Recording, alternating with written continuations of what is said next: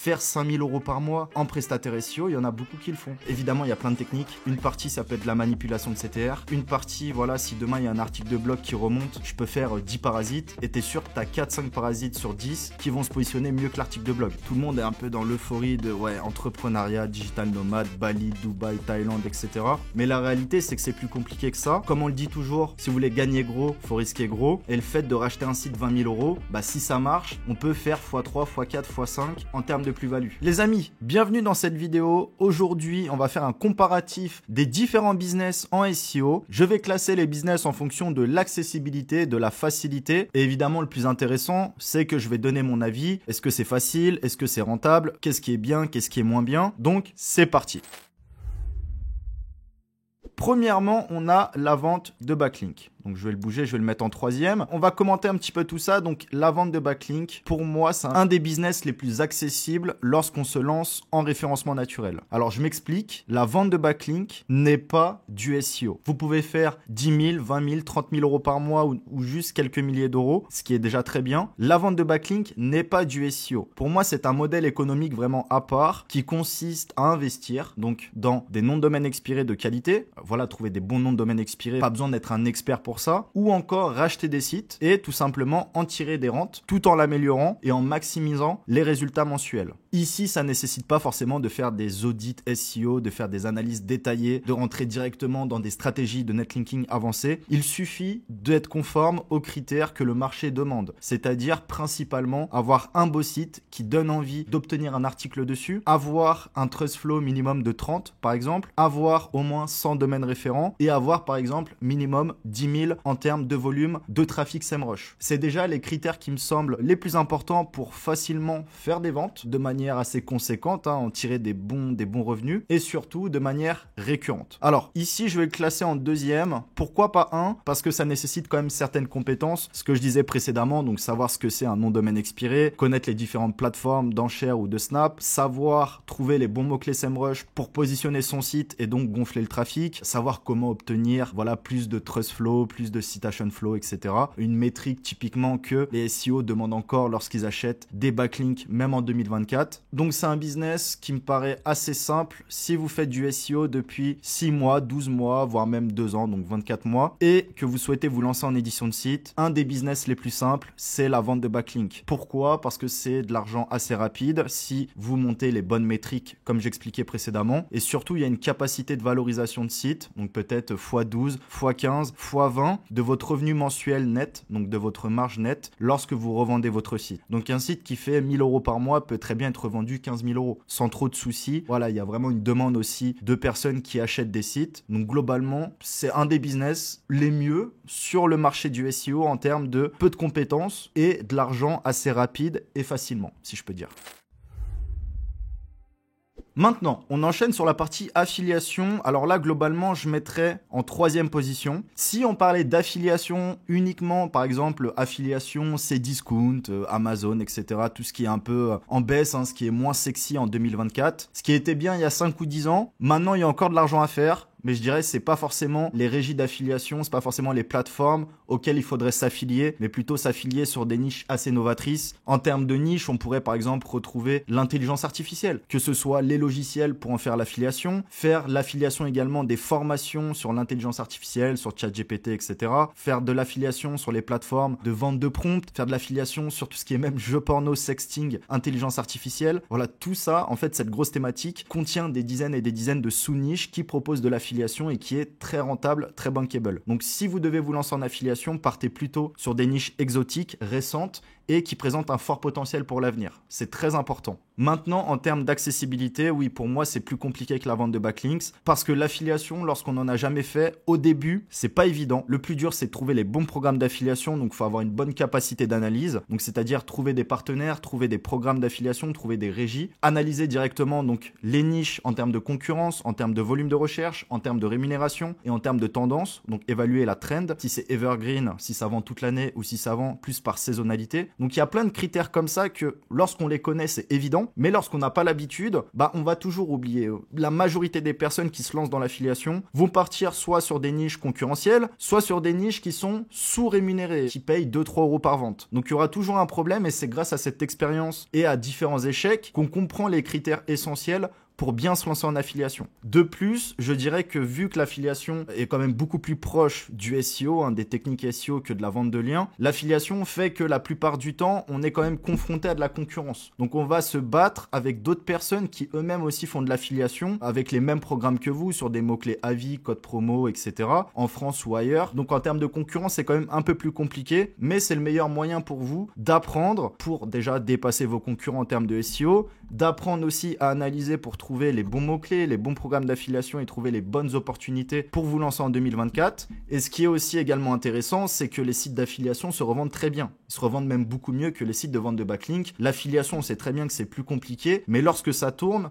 fort. Et ça peut tourner pendant des années et c'est vraiment la définition même du revenu passif. Il y a même des affiliations qu'on qualifie avec du revenu sharing. Donc si votre site, vous le perdez, il se fait hacker ou vous le revendez, vous allez quand même faire des ventes pendant des mois, voire des années, grâce à un système de revenus partagé entre vous et votre partenaire d'affiliation. Donc il y a des gens, ils ont revendu leur site il y a 5 ou 10 ans et ils font encore des commissions, par exemple sur du pari sportif, sur du casino ou même sur des régies de rencontres, donc adultes ou dating. Donc ça, l'affiliation, c'est beaucoup d'avantages, mais vraiment un des petits problèmes, gros problème même, on va dire, c'est que ça nécessite des compétences et qu'il y a quand même une certaine concurrence à prendre en compte. Et pour conclure, donc je mets la note de 3 sur 5 parce qu'effectivement, c'est pas évident. Mais ce qui est intéressant, c'est quand même qu'il y a énormément de documentation. Vous regardez rien que sur mes formations ou ma chaîne YouTube, je donne 90%, voire même plus, des informations pour qualifier une niche, pour trouver les bons partenaires. Je donne des régies d'affiliation, je donne même des produits winners. Voilà, il y a de quoi faire. Après, il faut juste se lancer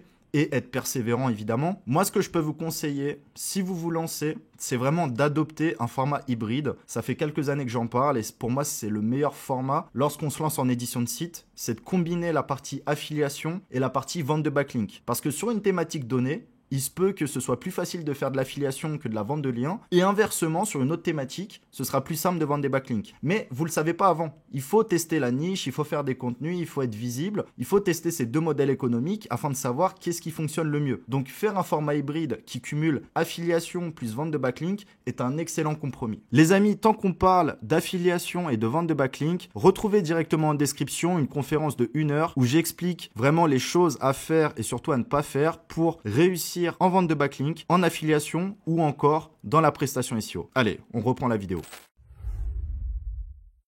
Troisièmement, on a la publicité. Donc ça, je le mettrai en 1. Je m'explique, la publicité, c'est tout simplement le fait d'avoir un site et d'ajouter une régie publicitaire sur votre site. Ça peut être AdSense, ça peut être Ezoic, ça peut être Monetizer. Voilà, des régies publicitaires qui vous rémunèrent. Pour chaque visiteur, il y en a énormément. Comme vous le savez, dans le business, plus c'est simple, moins ça paye. Pourquoi ? Parce que tout le monde y va et quand on fait la facilité, évidemment, c'est pas là qu'il y a les meilleures opportunités. Donc pour vous, ce serait une bonne solution si vous vous lancez en SEO, de faire un site, de mettre en place 1 ou 2 régies publicitaires et directement de faire des contenus, bien sûr basés sur une analyse de mots-clés et toujours en cherchant des mots-clés peu concurrentiels qui font du trafic. Et si par chance vous faites 30 contenus et qu'il y a 1 ou 2 contenus qui vous génèrent 1000, 2000, 3000 visiteurs par jour, voilà, il y a plein de mots-clés comme ça qu'on trouve. Évidemment, c'est des mots-clés que vous n'allez pas trouver sur SEMrush. Faudra se baser sur des éléments comme les Google Suggest, donc les suggestions de Google, sur l'analyse de la concurrence et tout ce qui s'ensuit. Des mots-clés sur SEMrush sont évalués des fois à 1000 ou 2000 visiteurs par mois, alors qu'en réalité, c'est 1000 ou 2000 visiteurs par jour. D'accord ? Comme vous l'avez compris ici, la facilité, c'est que plus on fait de visiteurs, plus on fait d'argent. Le problème, c'est qu'une page qui fait peut-être 100 € par mois sur AdSense, évidemment, si on avait cherché, peut-être qu'on aurait analysé davantage, on aurait peut-être pu mettre une affiliation à la place, beaucoup plus rentable. Mais là, ici, on ne parle pas d'optimisation SEO, mais d'optimisation de monétisation. Ce sont 2 leviers différents. Et moi, je vous conseille, si vous êtes mauvais ou pas qualifié en monétisation, eh bien je vous conseille de tout simplement rester dans un premier temps sur la partie SEO, si vous êtes très bon dessus, d'aller chercher des mots-clés qui génèrent beaucoup de trafic chaque jour et de monétiser par la pub. Et demain, si vous souhaitez gagner plus, soit vous scalez donc plus de visiteurs, soit vous optimisez la partie monétisation. Faire les deux en même temps, c'est compliqué, donc il faut souvent faire un choix. Ok, Quatrièmement, la génération de leads. Pour moi, je mettrais ça en numéro 4. Pourquoi? Génération de leads, plus compliqué qu'affiliation, plus compliqué que vente de backlink et plus compliqué évidemment que la publicité. Vos résultats en génération de leads SEO ne dépendent pas de vos compétences en matière de référencement naturel. Ça dépend surtout de votre analyse business, de votre créativité, de votre recherche de partenaires. Je m'explique. Pourquoi l'affiliation, c'est concurrentiel? C'est parce que c'est la facilité d'aller en 3 clics s'inscrire à un programme d'affiliation et en 3 clics récupérer un lien d'affiliation qu'on va mettre sur son site. Donc 90% des gens vont aller là-bas parce que c'est beaucoup plus simple. La génération de leads, ce qui est bien, c'est quand on a trouvé une opportunité, globalement, il n'y a personne. Pourquoi? Parce qu'il y a une barrière à l'entrée. La barrière à l'entrée, c'est le fait d'avoir un partenaire que l'on va trouver. Ça peut être par exemple un grossiste de puffs, de cigarettes électroniques. Ça peut être un revendeur de pièces de tracteur. Ou ça peut être encore un mec qui va créer des sociétés à Dubaï. Ça, par exemple, c'est une très bonne niche de génération de leads. Et le truc, c'est qu'il faut démarcher le partenaire. Donc, il faut aller le contacter par email. Il faut essayer de lui faire comprendre qu'on peut lui apporter des clients. Il faut essayer d'estimer combien il peut nous reverser en termes de commission d'apporteur d'affaires. Voilà, donc il y a tout un cycle à amorcer pour trouver des bons partenaires, pour pouvoir créer un contrat, pour pouvoir créer une certaine confiance avant de leur envoyer les premiers clients. Mais vraiment, la génération de leads, c'est un peu l'étape au-dessus de l'affiliation. Lorsque vous êtes bon en SEO et que vous avez une bonne vision business, la priorité, c'est de trouver évidemment une activité qui paye beaucoup. Et en génération de leads, on peut gagner beaucoup d'argent, beaucoup plus qu'en affiliation. Et de plus, on doit avoir des résultats rapidement. Ce qui est bien, c'est qu'en génération de leads, si on est les seuls à avoir un partenaire qui permet de proposer tel service, par exemple sur la ville de Bordeaux, je sais pas, d'ératisation, bon ça c'est connu, mais il y a plein d'autres services beaucoup moins connus. Si on est les seuls, on fait un site et en quelques jours, quelques semaines, on sera premier. Donc, il y aura très peu de concurrence. Et dès que les visiteurs vont chercher le mot-clé, ils vont accéder à notre site vu qu'on sera très bien positionné, idéalement premier évidemment. Ils vont pouvoir directement contacter notre partenaire par téléphone, avec un téléphone qu'on aurait mis en place qui traquera les appels, ou même directement en remplissant un formulaire. Et ça, c'est plus compliqué au début, mais quand ça tourne fort. Et surtout, vous êtes seul. Donc, très rapidement, vous pouvez faire plusieurs sites. Vous pouvez faire une SERP domination, c'est comme ça qu'on appelle le fait d'avoir plusieurs sites sur le même mot-clé et sur plusieurs mots-clés de votre niche pour vraiment monopoliser la visibilité. Et dans un second temps,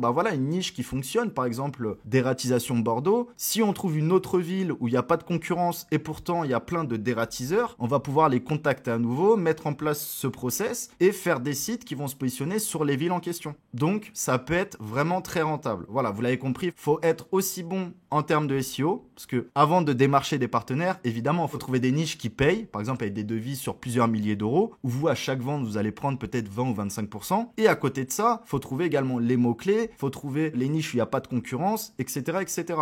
Avant de prendre contact avec le partenaire, avant de valider le partenariat, et ensuite, vous mettez en place le site et vous allez recevoir les premiers visiteurs jusqu'à signer les premiers devis et prendre vos premières commissions au pourcentage. Et c'est vraiment ça qui est intéressant dans la génération de leads. Je ne parle pas évidemment de génération de leads avec des régies comme Vite un devis, etc. J'en parlais dans mes formations il y a 4-5 ans. Bon, c'est marrant, mais pour moi, on est sous-payé. Parce que être payé un lead 10 euros, c'est bien, mais je préfère envoyer un lead directement à un artisan. Et s'il signe 2000 euros, il me donnera 15 ou 20%. Là, ce sera beaucoup plus rentable. Et en plus, sur le long terme, voilà, c'est hyper intéressant. Que d'aller dans les régies de génération de leads, tout le monde a les mêmes programmes, tout le monde est sur les mêmes mots-clés. Donc au final, tu es sous-payé et c'est ultra concurrentiel. Donc pas intéressant du tout.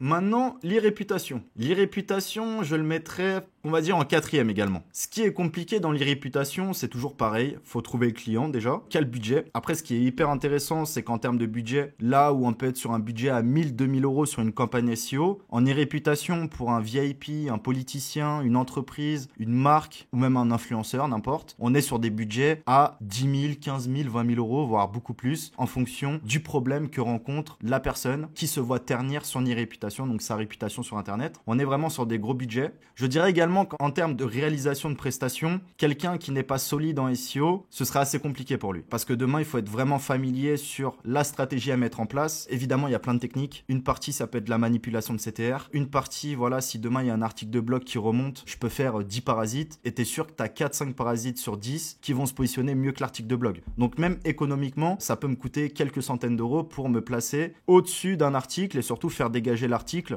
qui peut être diffamatoire ou en tout cas qui peut ternir les réputations. Voilà, demain il y a plein de méthodes, il y a des trucs aussi très borderline, mais ce que je veux dire c'est qu'il faut être familier avec ces méthodes et surtout avoir l'expérience pour savoir quelle stratégie il faut mettre en place rapidement pour virer l'article ou virer le site qui fait plus ou moins du mal au client. Donc ça me paraît aussi compliqué déjà dans un premier temps pour trouver le client, parce que généralement pour avoir des bons clients, c'est de la recommandation, c'est du bouche à oreille et c'est de la demande entrante. Je pense que prospecter pour vendre de l'e-réputation, c'est loin d'être le meilleur business. Parce que quand tu prospectes, c'est toi qui es dans le besoin. Alors que là, c'est l'inverse. C'est la personne qui est dans le besoin, qui est dans l'urgence, qui est prêt à dépenser beaucoup d'argent et qui fait appel au service d'un expert. Donc l'idéal, c'est vraiment d'être recommandé par des proches ou de vous positionner sur la partie SEO. Et dans un second temps, bien sûr, comme je le disais, ça demande quand même une certaine expertise en termes de SEO. Donc achat de trafic, CTR, DMCA, tous ces trucs-là. Voilà, il faut savoir vraiment quelle stratégie mettre en place pour rapidement virer la page en question. Bien sûr, si c'est légitime, on va pas virer une page qui ne ternit pas un client, mais si voilà c'est diffamatoire, s'il y a vraiment quelque chose à agir et que c'est légitime, bah là bien sûr nous par exemple on interviendrait et on fera le nécessaire pour placer des sites au-dessus et idéalement même virer la page de Google quoi. Également on parle d'autres méthodes comme la manipulation de Google Suggest. Je vous prends la petite anecdote, c'était il y a 2 ou 3 ans par exemple, tu tapais Yumi Denzel et tu avais plein de mots-clés qui sortaient type leak, free download, formation gratuite, etc. Donc pour le business clairement c'était pas ouf. Donc l'idée c'est que moi je lui ai recréé directement plein de Google Suggest et ça a dégagé en fait toutes les anciennes. Et après par la suite on a contacté Google aussi pour signaler les suggestions qui ternissaient son business et elles ont été également virées par la suite. Donc ça c'était il y a 3 ans, il n'y avait pas encore toute la protection qui est en place actuellement pour les Google Suggest, où c'est plus compliqué de faire du negative SEO sur les Suggest, même si c'est totalement possible, mais c'est pas aussi simple qu'avant en tout cas. Voilà, il faut être familier avec tout ça, mais excellent business en termes de devis high ticket, c'est beaucoup d'argent pour des fois 1-2 journées de travail. Quand on a une grosse expertise, le truc c'est qu'il faut la valoriser cher, il faut la valoriser au bon client. Moi il y a des coachings que je refuse des fois 1 heure 300 €, ça peut paraître beaucoup, ça peut paraître pas mal d'argent, mais c'est des coachings que je refuse parce que j'estime que mon expertise vaut beaucoup plus. Demain si j'ai besoin d'argent je le ferai, mais pour le moment voilà je ne le fais pas forcément, ou c'est vraiment ça peut être 1 semaine dans le mois, grand maximum quoi. Maintenant, la prestation SEO. La prestation SEO, je le mettrais en 2 sur 5. Ça me paraît hyper accessible. Alors, on en revient à les réputations. Le plus compliqué, c'est pas d'être un excellent SEO, mais c'est d'avoir des clients pour alimenter son activité d'expert, de consultant, de prestataire SEO. Le client final, c'est lui qui paye, donc c'est les clients qu'il faut trouver, c'est le plus compliqué. Des très bons experts, t'en as plein. Pourtant, très souvent, ils se lancent en indépendant et ils trouvent pas de clients. Parce que être entrepreneur, c'est autant avoir une partie technique, donc ça peut être du développement web, ça peut être du SEO, ça peut être du marketing, et une partie aussi commerciale. Évidemment, si vous avez les deux, c'est le top. Si vous êtes même juste commercial, c'est déjà très bien. Malheureusement, c'est le jeu. Être un bon vendeur, on peut vendre tout et n'importe quoi. Mais si vous avez ces deux expertises-là, vous vendrez de la prestation que vous pourrez réaliser de manière qualitative. La meilleure manière en 2024, selon moi, pour vous lancer dans l'entrepreneuriat, même si être prestataire, c'est pas vraiment entrepreneur, il y a plusieurs subtilités à comprendre, mais pour surtout être indépendant, autonome, être à votre compte, le meilleur moyen, c'est vraiment de faire de la prestation SEO. Si on parle de SEO, ça peut être de la prestation Google Ads ou autre, bien sûr. Alors, la meilleure façon également de trouver ses clients pour être un prestataire SEO rentable, qui a une activité, qui a des clients, c'est d'associer la partie cold mailing, donc avec des logiciels comme Instantly, Emaillia. J'ai une formation sur Learning Club sur le sujet. Franchement, je connais pas une formation aussi quali, et surtout, je montre que j'ai généré des centaines de rendez-vous pour de la prestation SEO avec ces méthodes. Ça fonctionne très bien. Donc, associer la partie emailing, faire des prises de rendez-vous, appeler les clients, faire une analyse téléphonique du site, proposer des solutions, que le client comprenne vraiment qu'il y a des choses à corriger, il y a des choses à améliorer sur son site. Et une fois qu'il aura compris ça, il fera naturellement appel à vos services. Mais pour qu'il fasse appel à vos services, il faut avoir l'initiative de prospecter, d'appeler, de faire un audit, etc. Évidemment, les clients ne viennent pas tout seuls. Ou ils viendront parfois de manière ponctuelle sur des plateformes comme Malt.fr, Upwork, etc. Mais c'est une concurrence tellement accrue qu'il faut sortir des sentiers battus, à ne pas faire comme tout le monde. C'est bien d'aller sur toutes les places de marché, de faire des beaux profils, etc. Vous allez peut-être vendre 1 ou 2 journées de travail par mois, mais en indépendant, surtout quand on se lance, il faut assurer. Il faut trouver un maximum de clients, il faut pouvoir avoir des références. Un client qui est satisfait va rester sur le long terme. Donc voilà. En tout cas, pour résumer, prestation SEO, meilleur business pour se lancer en indépendant en 2024 sur le marché du SEO. Généralement, c'est ce que beaucoup de personnes font et au bout d'1 ou 2 ans, ils commencent à développer un socle dans leur activité sur une partie orientée, donc édition de site, par exemple, un site de vente de liens ou un site hybride mix vente de liens, mix affiliation. Mais au début, c'est bien de se focaliser sur la partie prestation. Vendre son temps, c'est la chose la plus simple. Déjà, se vendre soi-même, c'est assez facile lorsqu'on est compétent. Et voilà, vous êtes payé en fonction du temps que vous investissez sur un projet. Maintenant, la partie SaaS, bah, directement, je mettrai en 5e. Alors, hier, j'ai eu Jackie en interview. Peut-être la vidéo, elle est déjà sortie sur ma chaîne, je sais pas. Et c'est vrai qu'on se disait que en différentes étapes, en gros, tu as l'éditeur de site qui peut vivre très bien de l'affiliation. L'étape suivante, ce serait de créer un service. Donc, par exemple, une plateforme de backlink, une plateforme de contenu, une agence ou n'importe, voilà, créer un truc qui fait que ça prend une autre dimension. On n'est pas tout seul à travailler derrière son PC à faire des sites. L'idée, c'est quand même de passer une étape au-dessus, donc créer une entité, peut-être recruter du monde, créer une marque, créer une valorisation. Après, attention, je parle de la généralité. Il y a des sites d'affiliation qui gagnent 10 fois plus que des agences SEO. Donc, premièrement, édition de site. Deuxièmement, création de service. Et troisièmement, le SaaS, évidemment, en termes de valorisation à la revente. Il n'y a aucun projet qui est autant valorisé qu'un SaaS. Un SaaS qui fait 20-30 000 euros par mois peut très bien se revendre plusieurs millions d'euros. Les valorisations sont vraiment incroyables. En tout cas, ces dernières années, actuellement avec l'intelligence artificielle, vu que la barrière à l'entrée pour créer des SaaS est beaucoup plus simple, donc avec l'IA et le no-code, mais historiquement, tu as des SaaS qui ont été revendus très très cher avec des multiples, rien à voir. On parle pas de revendre un site. Revendre un SaaS, c'est des multiples incroyables. Donc voilà, c'est vraiment pour moi le business un petit peu qui peut être le next step, qui peut être une porte de sortie pour beaucoup d'entrepreneurs. Et en plus, tu as pas mal d'entrepreneurs qui ont fait un petit peu ce cheminement de vendre son temps, donc de la prestation SEO au début, ensuite de l'édition de site quand même un peu plus compliqué, ensuite de créer une marque, donc une agence, un service de backlink ou un service de PBN ou n'importe, un service sur le marché du SEO, et ensuite créer un SaaS. Donc ça peut être un plugin type WP Rocket ou un SaaS de génération de contenu ou un SaaS de génération de newsletter ou je ne sais, mais voilà, quelque chose qui prend une autre dimension et qui permettrait en cas de revente de générer des millions tout simplement parce que ça se revend très bien. Mais en termes de difficulté, ça demande d'être aussi bon sur la partie marketing, aussi bon sur la partie stratégie et business. Attention à ça, ça peut être compliqué et aussi bon sur la partie SEO. Voilà, vous vendez une fonctionnalité, vous vendez un outil, donc il faut être plus calé idéalement que vos clients sur le sujet. Donc ça nécessite d'être très polyvalent, d'avoir une bonne équipe. On sait que la majorité des sociétés qui ferment, très souvent, c'est pas à cause du produit, mais c'est à cause des associés ou à cause de l'équipe, parce que gérer l'humain, c'est le plus compliqué. Les différences de vision, les différences d'ambition, etc. Donc voilà, je pense que c'est vraiment un autre niveau et je peux que vous encourager à atteindre cette étape-là.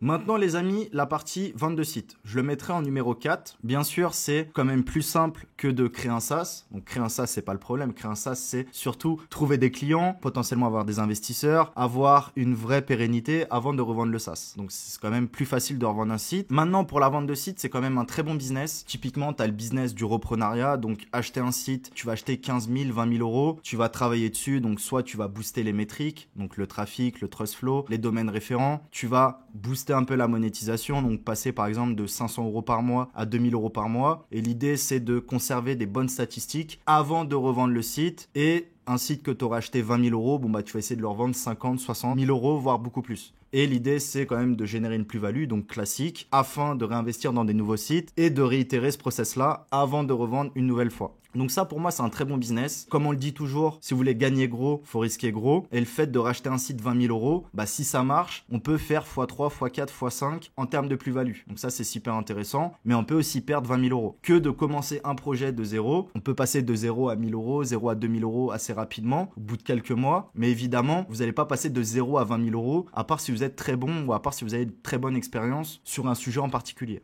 Donc, vente de sites, très bon business. Aujourd'hui, voilà, il y a de l'offre, il y a des sites qui se vendent, mais il y a énormément de demandes. Franchement, c'est quelque chose qu'il ne faut pas sous-estimer. Je pense qu'il y a pas mal de personnes qui ont des sites et qui négligent un petit peu la valorisation que leur site aurait à la revente. Donc, pour ça, il faut se faire bien accompagner. Il y a des plateformes comme Dotmarket, Flippa, Empires Flipper, etc. où c'est très bien, typiquement. Voilà, il y a, je pense, une commission de courtier. Mais globalement, vaut mieux revendre un site peut-être 20 000 euros et perdre 2-3 000 euros de commission que de vendre un site à l'arrache 5 000 euros et au final, on aura perdu, quoi. Donc, passer par des intermédiaires, c'est toujours mieux parce que grâce à leur exposition et grâce au gros nombre de clients, vous allez pouvoir vendre un site plus cher si en tout cas, il donne envie à être acheté par ces fameux clients. Ok ?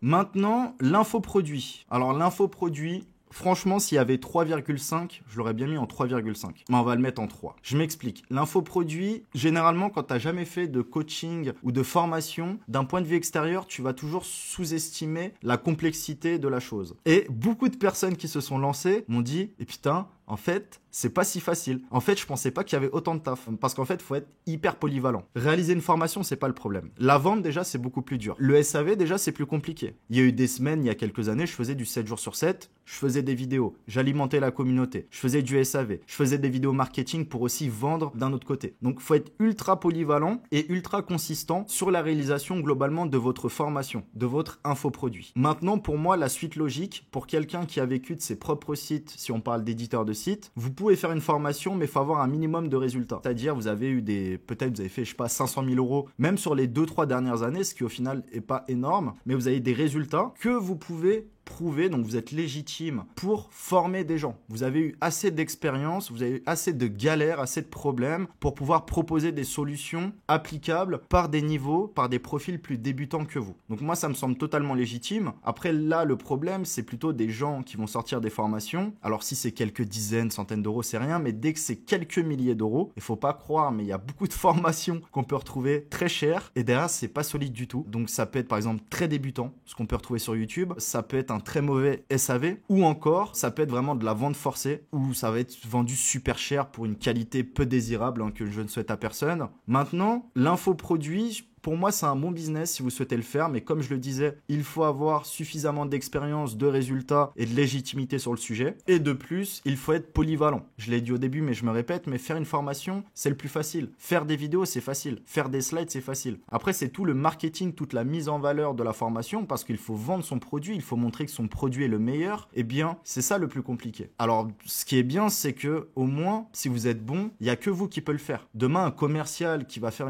un très bon marketing, bon voilà, si sa formation elle est rincée, ça va se savoir assez rapidement et le mec se fera flag dans la communauté. Si je parle par exemple de la communauté SEO ou d'autres communautés, n'importe. Mais il faut être ultra polyvalent. Donc la suite logique, vous créez des sites, vous pouvez faire un infoproduit. Demain, vous avez une agence SEO, vous avez fait 300 000 euros, vous avez tous les process, tous les documents, vous savez comment trouver des clients, vous savez comment réaliser des prestations SEO. Bah évidemment, vous pouvez faire une formation, comment créer une agence SEO et la passer de 0 à 10 000 euros par mois. Ça me semble totalement logique. Et après l'infoproduit, là, vous pouvez aussi par la suite éditer un service. Donc on en revient par exemple une plateforme de backlink, une plateforme de contenu, une agence en particulier. Et ensuite, vous pouvez faire un SaaS. Moi, ce que j'avais fait historiquement, par exemple, je vivais de mes sites, j'ai transitionné vers la vente de formation et ensuite j'ai transitionné vers la réalisation d'un SaaS. Donc BHM Generator pour ceux qui s'en souviennent. Et c'était une excellente expérience où j'ai énormément appris, c'était vraiment le but. Donc ce qu'il faut retenir, infoproduit compliqué, il faut être polyvalent, il faut être bon sur le sujet légitime. Ne faites pas forcément d'infoproduit, à part si c'est gratuit. En tout cas, mais n'en faites pas si vous n'avez pas d'expérience. Et malheureusement, aujourd'hui, c'est trop le problème, c'est que des gens qui font des infoproduits, qui n'ont aucune expérience et qui veulent directement aller là, mais qui ont rien de spécial à enseigner, ok ?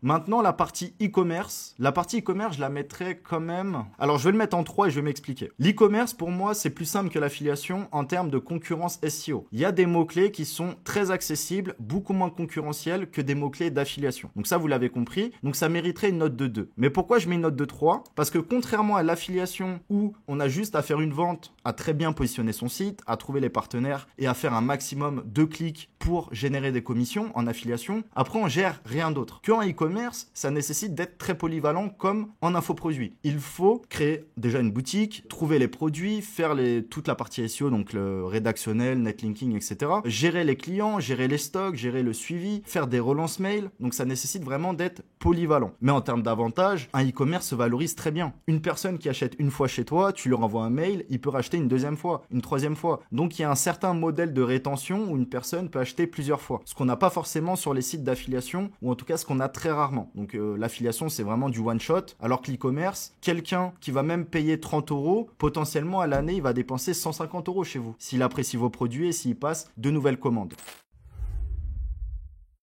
La création de services, alors je le mettrais quand même en 4e parce que ça rejoint un petit peu ce que je disais en exemple. Voilà, créer une plateforme de backlink, créer un service de backlink, créer un logiciel de monitoring, créer une plateforme de contenu, créer un thème WordPress pour le SEO. Voilà, il y a plein de services que vous pouvez créer et vendre par la suite dans la communauté SEO, parce que là, on parle de business SEO. La création de services, ça me semble plutôt intéressant, notamment si vous avez, par exemple, comme moi, vous avez fait plein de sites, au bout d'un moment, vous en avez un petit peu marre, parce que faire des sites tous les jours, faire les mêmes choses, ça peut être assez usant. Et on va dire que créer un service, ça vous permet un petit peu de sortir de cet anonymat et de vous mettre en valeur, de mettre en valeur une marque, d'être au contact de clients de votre communauté qui vont consommer vos services. Moi, demain, je pourrais très bien créer un service d'indexation SEO. Voilà, il y en a déjà des très bons. J'avais un service plateforme de backlink. Voilà, j'ai fait plusieurs services comme ça et c'était franchement top. Tu es au contact des clients, tu essayes de les rendre heureux et de délivrer vraiment de la qualité. En plus, tu capitalises sur une marque. Si tu as une plateforme de backlink avec tes sites à toi, tu capitalises sur tes sites que tu peux revendre par la suite. Si tu as un thème ou un plugin WordPress, tu capitalises dessus et tu peux très bien le revendre par la suite. Voilà, pour moi, c'est un peu la next step aussi, comme je disais, d'un éditeur de site classique en affiliation et en vente de backlink qui souhaite un petit peu s'extraire de cette partie-là. Moi, je l'inciterais totalement à créer un service, voilà, pour vraiment un peu changer son quotidien, tout en faisant pas mal d'argent parce que le service, que ce soit vendre son temps, mais surtout créer un service, donc en théorie, vous allez créer quelque chose d'un minimum scalable. Donc, plus vous avez de clients, moins ça va vous demander de temps et plus vous allez faire d'argent. Ça, c'est l'idéal. C'est un peu le modèle du SaaS. Ce qu'on retrouve un peu moins dans le service, mais le principe d'un service, c'est qu'on peut absorber quand même beaucoup plus de clients que lorsqu'on est en agence et lorsqu'on sait qu'on a une journée dédiée à tel client, une autre journée pour tel client, que lorsqu'on fait de la vente de backlink, de la vente de contenu, si on fait un thème ou un plugin, bon voilà, le but c'est d'avoir un maximum de clients et on peut les absorber assez simplement en recrutant ou en automatisant tous les process. Et pour terminer, la partie salariat, ça me semble très important d'en parler dans la partie SEO. Donc, je mettrai bien évidemment niveau 1. Le salariat, c'est la meilleure chose possible pour apprendre rapidement le référencement naturel et s'entourer de personnes compétentes. C'est vrai que depuis quelques années, tout le monde est un peu hypé, tout le monde est un peu dans l'euphorie de entrepreneuriat, digital nomade, Bali, Dubaï, Thaïlande, etc. Mais la réalité, c'est que c'est plus compliqué que ça. Et quand tu débutes, t'as pas de compétences et surtout que tu veux faire beaucoup d'argent, c'est là que tu fais les pires décisions. Donc, tu achètes des formations de merde, tu parles à des gens ou encore tu investis dans des produits, dans des trucs qui vont te proposer des rendements incroyables, etc. De toute façon, il ne faut pas forcément faire cette décision avec une partie de cupidité, sinon généralement on se fait avoir. C'est comme ça d'ailleurs que les arnaqueurs arrivent à gagner de l'argent en faisant des promesses tellement incroyables que ce n'est même plus réel. Toutefois, pour revenir au sujet du salariat, le meilleur moyen pour vous former sur la partie SEO, mais aussi sur d'autres parties professionnelles, parce que même si vous êtes chargé de SEO, consultant SEO ou stagiaire SEO, dans une société, vous ne ferez pas que du SEO. Vous pourrez faire de l'édition de site, créer des sites WordPress, faire du webmastering, faire du templating, un peu toucher un petit peu à tout pour savoir vraiment qu'est-ce qui nous intéresse le plus. Donc, si vraiment vous êtes déterminé, que vous avez confiance en vous, évidemment, lancez-vous directement, bûchez à fond 12 heures par jour sur un projet et le projet il marchera, quelles que soient vos compétences. Mais malheureusement, tout le monde n'est pas comme ça. Donc, si vous avez besoin d'un cadre, vous voulez apprendre le SEO tranquillement 7 ou 8 heures par jour, vous trouvez un très bon poste dans une bonne agence. Après, attention, parfois, quand vous commencez au bas de l'échelle, c'est pas intéressant. Faites du contenu, vous faites des titles, faites des audits très succincts, mais la meilleure manière d'apprendre, c'est la répétition. Demain, si tu as fait 500 analyses sur 500 mots-clés SEO, crois-moi que ton analyse de la concurrence et de l'odeur de la SERP, elle sera bonne. Et lorsque vous avez un poste dans le SEO, dans une agence SEO ou chez un client, vous allez répéter constamment et c'est la meilleure façon d'apprendre pour se former sur le sujet. Donc moi, ce que je vous conseille, et on va terminer sur ça, vous pourriez adopter le cycle suivant. Je fais 1 an dans une agence SEO. En parallèle, on va dire les 3-4 derniers mois avant de partir de l'agence, je travaille sur la partie commerciale. Je me forme à l'emailing. J'essaye de trouver mes 3 premiers clients qui me permettront de gagner 2000 € par mois et de commencer mon activité d'entrepreneur indépendant freelance SEO. Voilà. Ensuite, vous faites de la prestation SEO pendant 1 ou 2 ans, ce qui vous permettra de gagner rapidement de la trésorerie. Faire 5000 € par mois en prestataire SEO, il y en a beaucoup qui le font. Alors, beaucoup c'est relatif, c'est pas la majorité, mais il y en a quand même beaucoup qui le font parce que ils savent comment trouver des clients, ils savent comment déléguer les parties qui créent le moins de valeur sur la prestation SEO afin d'absorber plus de clients. 5000 € par mois, c'est 5 clients à 1000 € par mois. Donc, c'est pas énorme que ça et gérer 5 clients, tout le monde peut le faire. Donc, vous faites de la prestation SEO, de l'accompagnement, etc. Voilà, il y a plein de trucs que vous pouvez vendre et proposer qui est directement corrélé à votre temps. Donc, on peut gagner rapidement de l'argent, mais on peut pas faire des sommes incroyables parce que c'est notre temps qui est vendu et le temps est limité évidemment. Et par la suite, là, vous pouvez travailler en parallèle également sur des projets annexes. Donc, création d'un site, moitié affiliation, moitié vente de liens. Vous faites ça 1 ou 2 ans, vous revendez le site. Ensuite, vous montez un service. Le service, ça peut être une plateforme de backlink, ça peut être une plateforme de contenu, une plateforme d'achat de trafic. Voilà, en fonction de ce qui vous motive au quotidien. Si vous faites que des audits SEO, bon bah vous créez un service où vous allez proposer les meilleurs audits SEO pour les agences. Comme ça, les agences vous sous-traiteront et vous pourrez absorber un maximum de clients. C'est une idée de service. Tous les services fonctionnent en fait. Tout ce que les agences, tout ce que les entrepreneurs, les indépendants font, même les salariés, vous pouvez créer un service optimisé et automatisé, moins cher pour vos clients et vous faire du profit. Donc voilà. Et à la suite du service, évidemment, vous choisissez. Vous pourriez vraiment en étape finale, on va dire, peut-être faire un autre service ou faire un SaaS ou faire une formation. Voilà. Vous pouvez faire les 3 même. Moi, j'ai fait les 3 et ça marche très bien. Ok? Donc les amis, vidéo assez complète. J'espère que ça vous a donné pas mal de petites idées. On se dit à très vite. Pensez à mettre un petit like, un commentaire. Ciao.